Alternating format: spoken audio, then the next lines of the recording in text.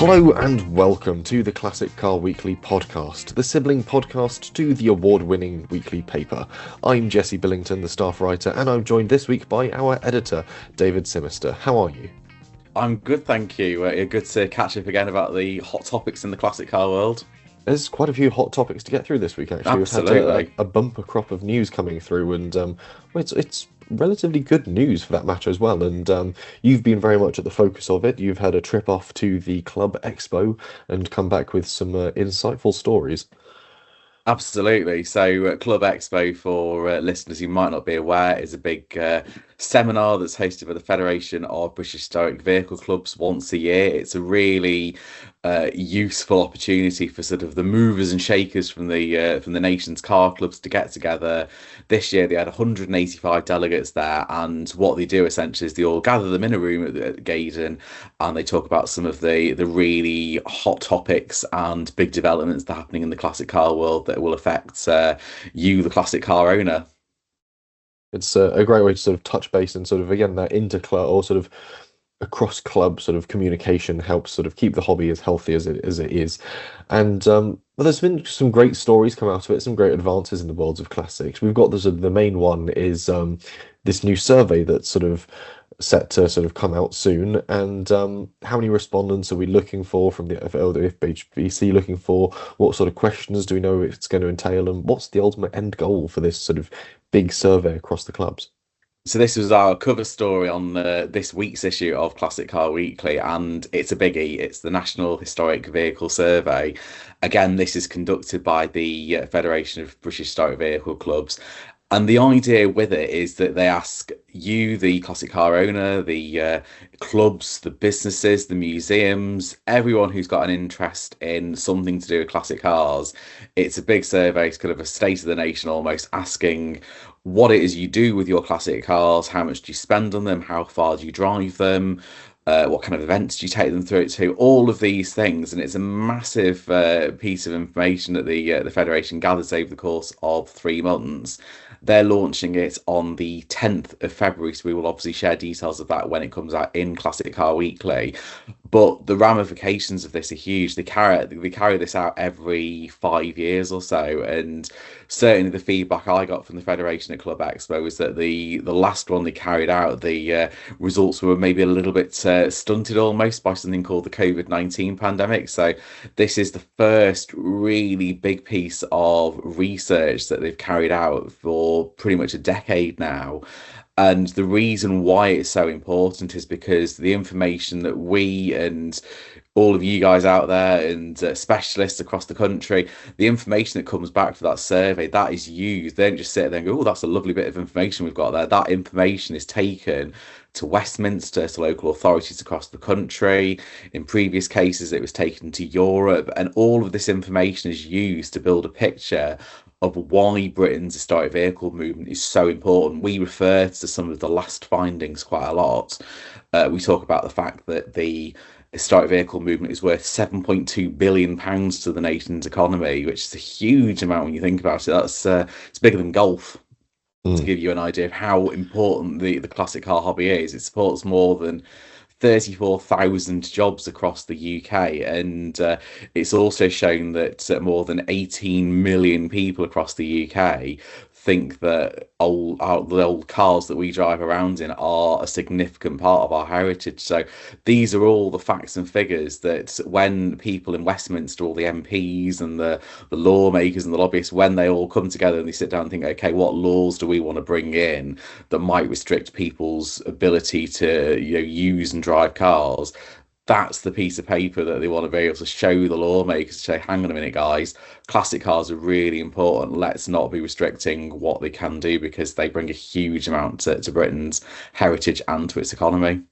It's a useful piece of evidence to have to hand when it comes to things like preserving fuel standards and preserving sort of when it comes to accessibility for parts, and also things like access to sort of appropriate MOTs, service stations, vehicle safety checks, everything along those lines. Having this sort of background of data as to what this means on a broad enough scale is sort of important. And it's great to see the FBHBC sort of again bringing back that survey and finding that data and keeping it up to date, because it's a great way of sort of strengthening our position when it comes to that bigger political table.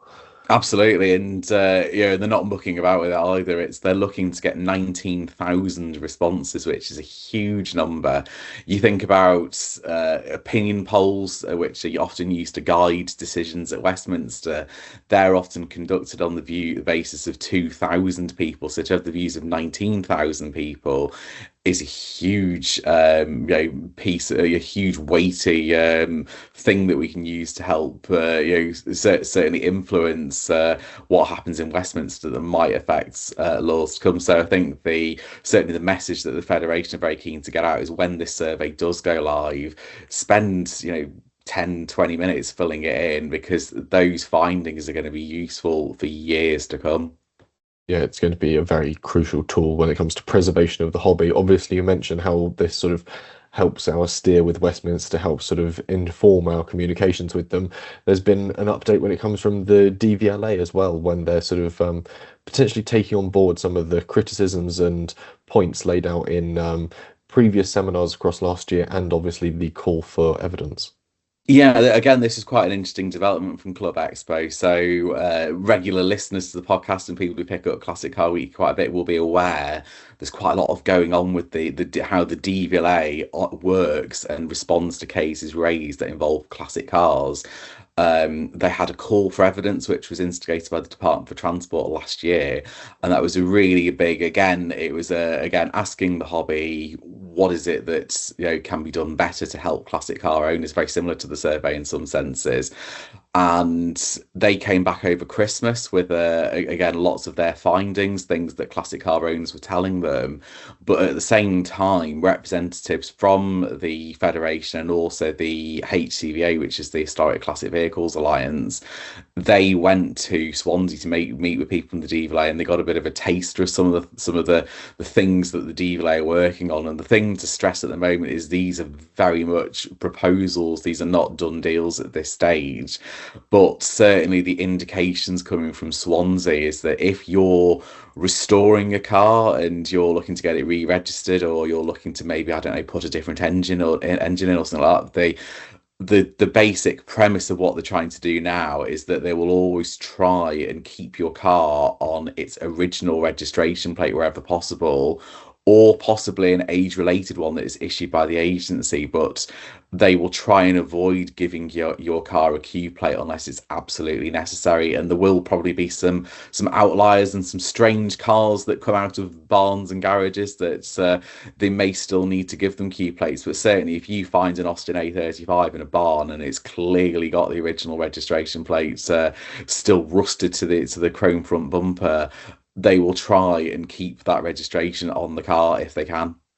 I think that's it's important they're sort of making this move to listening to what the classic car hobby is saying, and sort of taking the expert-led sort of opinion and advice that has been sort of laid out for them, and taking it on board with a good measure of common sense. Because we do hear the occasional story of people that have sort of re-imported, repatriated classic vehicles, and they've been slapped with modern day license plates because the DVLA doesn't understand, doesn't know.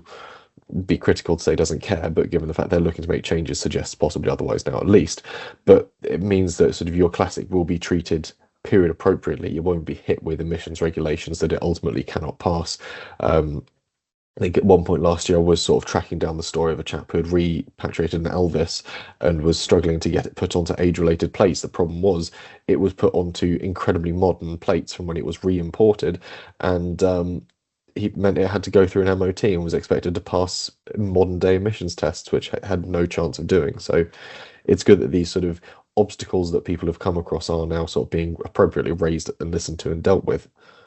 Yes, I think certainly that's going to be something that's going to be really key to watch. And I know certainly the feedback I got coming out of ClubExpo is that this is one that they're going to keep talking to the DVLA about, because it's very much a work in progress.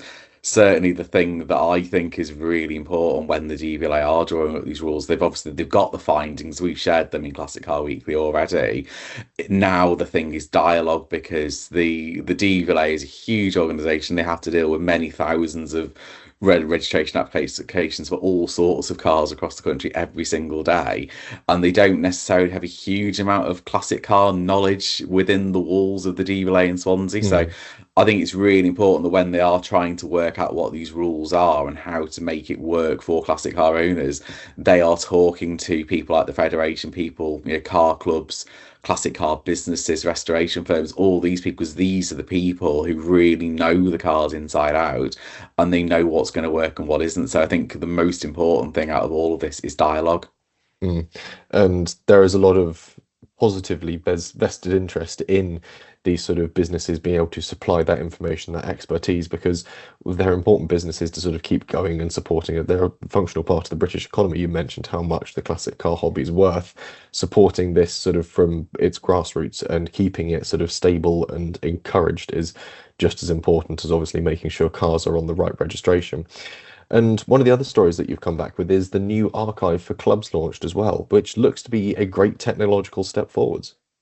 Yeah, absolutely. And this is it's not a brand new. They've just pulled it out of a hat there, and then this is more than 18 months in the making. So Andy Bye, who is one of the Federation's directors, he's also quite closely involved. Some of you will be aware in a project called the Roots Archive Centre Trust. So this was a really big project which took place over the course of this nearly a decade now of again preserving lots of all those wonderful blueprints and brochures and things that would have otherwise been lost to history. So they've already had really good form with what they've done with Roots. And the idea with this is that most car clubs have, I'm sure in boxes in garages or hidden away in lofts, they have boxes and boxes just full of old period brochures and design drawings and historical artifacts and so on, which people never get to see because they're just stuck in lofts, and never going to see the light of day. The idea with this is that the Federation is providing a service for clubs, and it starts at about 400 quid for the year, which for most car clubs is relatively affordable. The idea is that you can go along, you can get your stuff scanned in, and then anybody, right, any part of the world can see those wonderful bits of history for the first time. So it's a really, really useful way of doing it. And the great thing with it all being coordinated by one organization is that you don't have an MG club and a Triumph club and a Ford club all trying to do the same piece of work over and over again. It's already there, it exists, and it's a ready-made way for getting motoring history online so people can see it. Mm. And it's not just sort of the preservation of the history, it's also sort of the access to it that's then sort of a very important thing when it comes to reproduction of parts and sort of, again, keeping cars on the road, keeping cars going. If you've got blueprints, designs, technical drawings that are able to be preserved in this incredibly sort of efficient manner, it's going to be great when it comes to certainly the more obscure clubs. I'm very fortunate in the fact that I can simply go online and just buy more bits for my MG, but when it gets to smaller clubs, it mentions in the article Roots Archive and Daimler and Lanchester, they aren't cars that you can readily go and get bits for in quite the same way that you can for the more common classics. So sort of preserving the technical details that are also just as important to keeping these cars on the road is very handy indeed. And I do like a good archive. Like you can spend hours on hours stashed away in an archive just leafing through fantastic sheaths of history.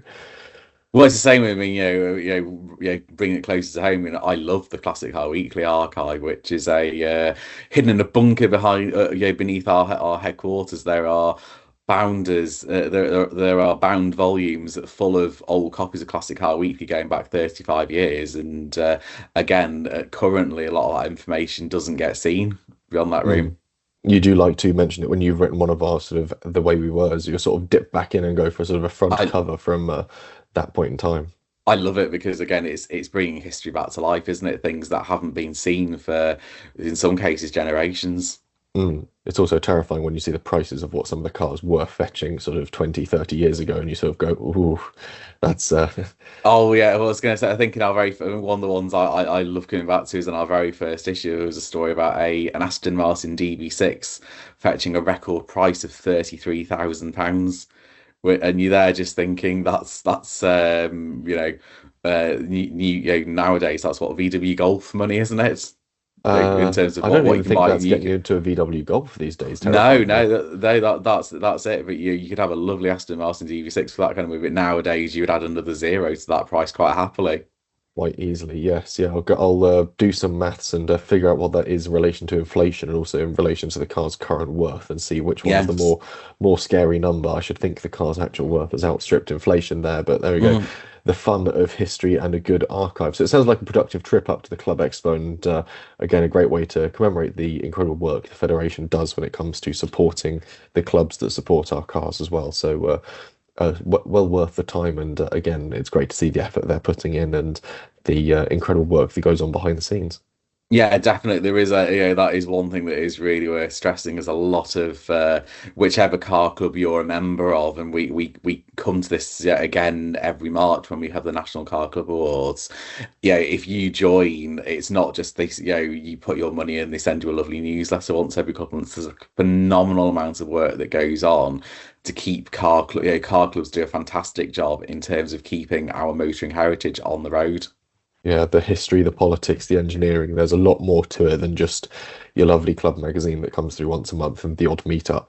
We'll Definitely. delve elsewhere into our news pages and we'll take a look at the story that is on page 3. And this is dwindling spares are a threat to modern classics. This is quite an interesting one because we don't often think about classics or cars that are on the edge of extinction. And the most terrifying part is some of these cars came onto production and left production during my lifetime. I remember the launches of some of these cars just about, and yeah, it's a little bit shocking for me to be sort of reminded as to quite how old I am, and I'm certainly the youngest on the team. But it's that question over modern classics and how much longer are we going to see them on the road? I think, and I said this in my my editorial comment piece on the top of the story. I mean, I take it with a not so much a pinch of salt, but a fairly I could get a lorry from Saxo to reverse and pour the contents of said lorry over my shoulder, because I think claiming that cars are going to be extinct full stop, I think is I think is risky to say the least, and certainly quite a few clubs have quite robustly rebuffed those claims. Certainly think the example that we touched on in that story was the Metro, and it was suggested that in this particular press release from an insurance company that that car will be completely extinct within the next 5 to 6 years. We know that there are plenty of people who own and love Metros, Austins, Rovers, MGs. They absolutely dote on them, and we know for a fact that we are going to be seeing those at classic car events for decades to come. So I think it would be a bit of a misnomer to suggest that these cars are going to be completely extinct, full stop. That happens very rarely. I think most cars in the country, there's still at least one surviving example of something, even if it's in a museum somewhere.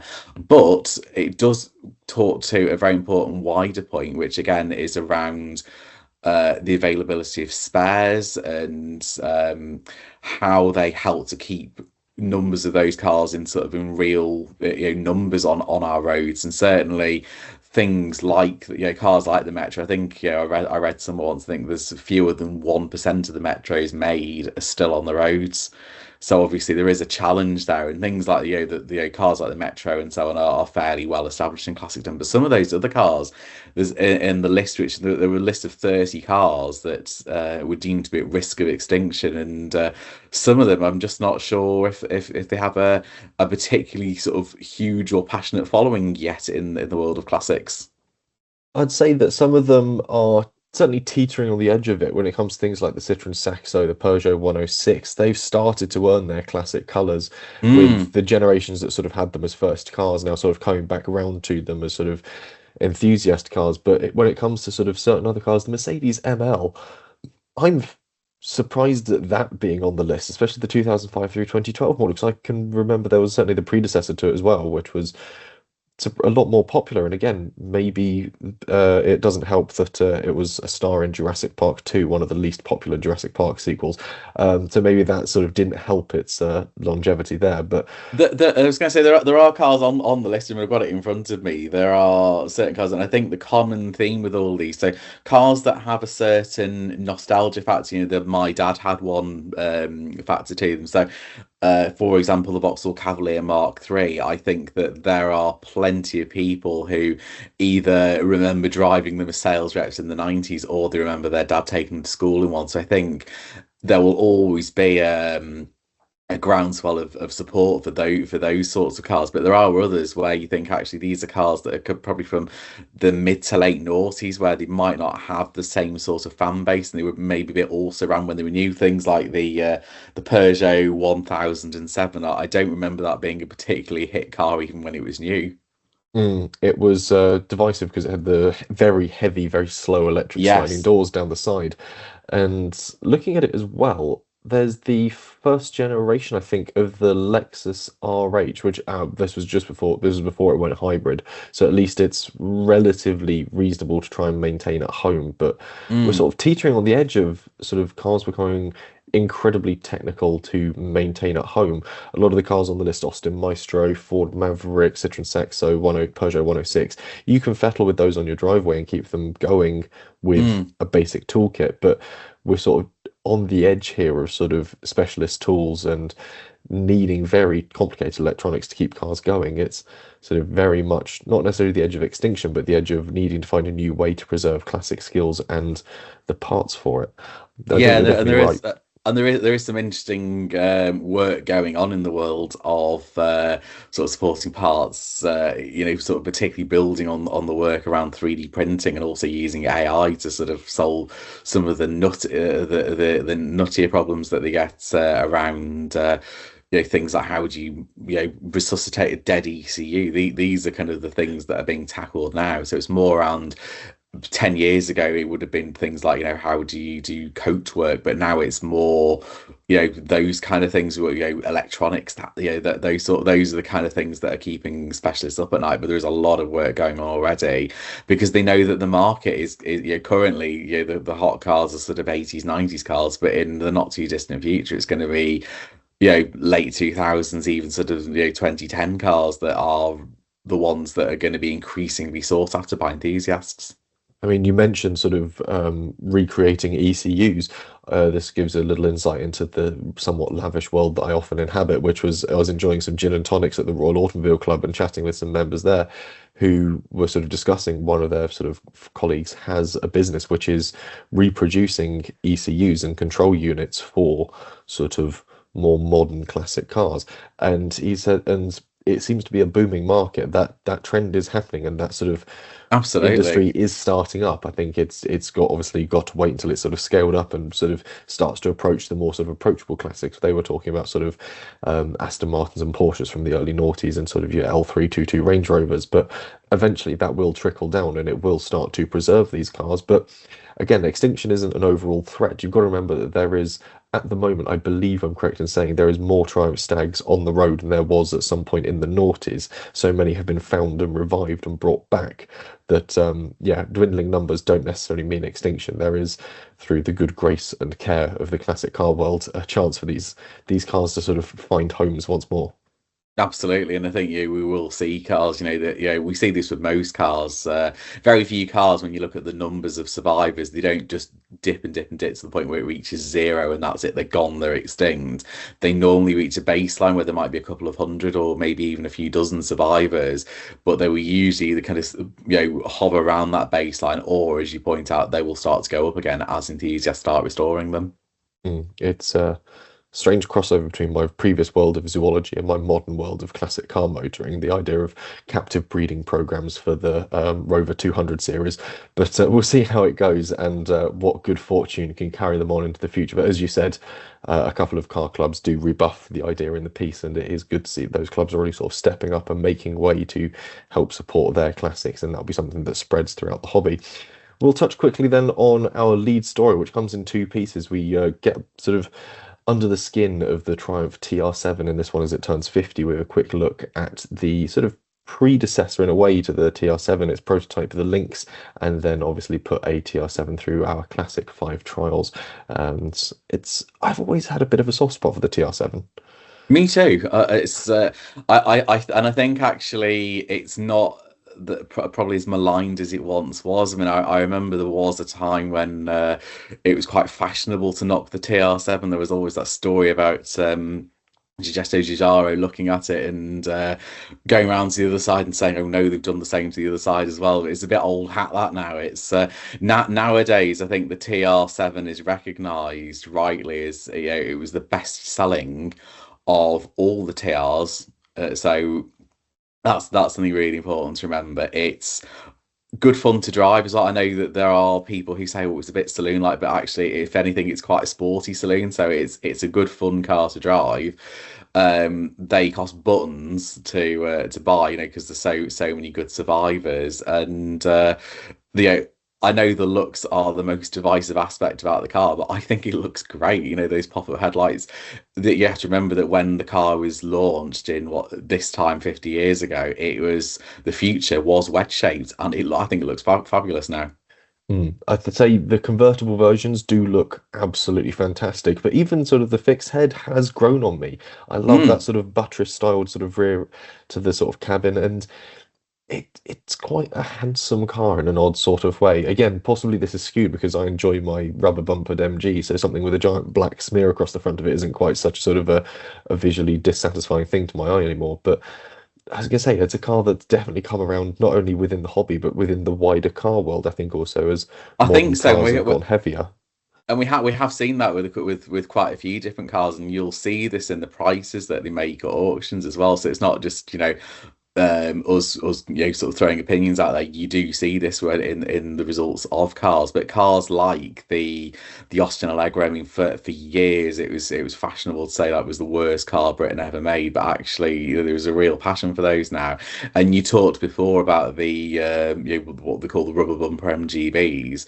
Again, that, you know, and for years there was a, you know, sort of a cottage industry in taking the rubber bumpers off them, putting chrome ones on, but if I had one now, I would keep I'd keep the original bumpers on, because again, it's still a good looking car, and it's of its time. It's actually a really nice 70s survivor. There is certainly discussion within the club every time, sort of, once someone rocks up with a rubber bumper, some people will go, "Oh, you're ditching the bumpers," and someone goes, "Oh, you've got to keep them." And I'm Yeah, I'd fortunate keep that them. the ones on my midget are in very good condition, so Mm. I am sort of that's relatively set on keeping them because I like the originality of the car. So again, it's sort of that design, sort of it comes in cycles and it sort of comes back round to its peak, and everyone goes, actually, that is quite a smart looking car. And again, to drive, I haven't actually had the chance to enjoy a TR7 on the road yet, but it's a It's a shame we lightweight haven't got car. Chris with us, because he had one for years, didn't he? Yes, He yeah. did John Player Special liveried TR7 for years, and I know he was a big fan of the TR7 as well. So again, a classic car week. There are plenty of people who are definitely TR7 converts, 100%. It is a sweet car that's come back round to its time, but Yeah, and one of the things that I think is really interesting with this, again, when I was looking through the pieces that we put into this week's issue, is the idea that the TR7 was never intended to be a standalone TR sports car. It was meant to be part of a wider family of cars. So obviously, we talk about the Lynx, which was obviously the later 2+2 model. We talk about the fact that it was meant to be a version that replaced the Stag at one point. There was going to be a sort of a 2 litre roadster model, which would have been MG badge, which would have been the replacement for the MGB at one point. There were so many what ifs with this car. So I think actually, when you think about it, BL had. Yeah, I think they were genuinely considering that. So we talked before about the future being web shaped, and that would have been something you would have seen not just across Triumph, but probably across MG as well. And it would have, if things had been a bit different in the mid to late 70s, we might have seen all sorts of classics with that sort of look. yeah, it would have been interesting to see sort of the TR7 be the base plate for so many other cars coming through that range. And again, as we find with a lot of classics, they're an incredible sort of slice of social history of sort of the design, the engineering, the thought process of what people wanted in a car in a certain period of time. And yeah, it's more than just sort of a metal box on four wheels at that point, which is, I think, one of the reasons we really quite enjoy our classics is there is more to them than just a car. And there's plenty of other bits and pieces to enjoy in the latest issue as well, from the behind the scenes on the Top Gear cars, which could be getting scrapped from the National Motor Museum. My Jimny makes another rare appearance in the Our Classics pages as it goes on all manner of adventures over the summer. And we've also got a buying guide for the Lotus Carlton, so plenty shoehorned in. And that's roughly all we've got time for in this week's edition of the podcast. And like I said, there's plenty more top tier content to enjoy in the printed version as well, events pages, classifieds, and the crossword to boot. So be sure to grab a copy. Thank you, David, for coming on today. It's been a pleasure as always. And any chance we could head out to visit our listeners in Melbourne, Australia, and soak up their thriving classic car scene, some Aussie muscle down under? Or if you jet out and put it on expenses, I'm sure it'll be fine. I'll get it sorted. Anyhow, I've got to get the last of my Interclassics report polished up and put together, so we'll be back next week with a guide to motoring abroad, a word from the team at Vintage Sony, and a triple edition of The Way We Were. Thank you very much for listening.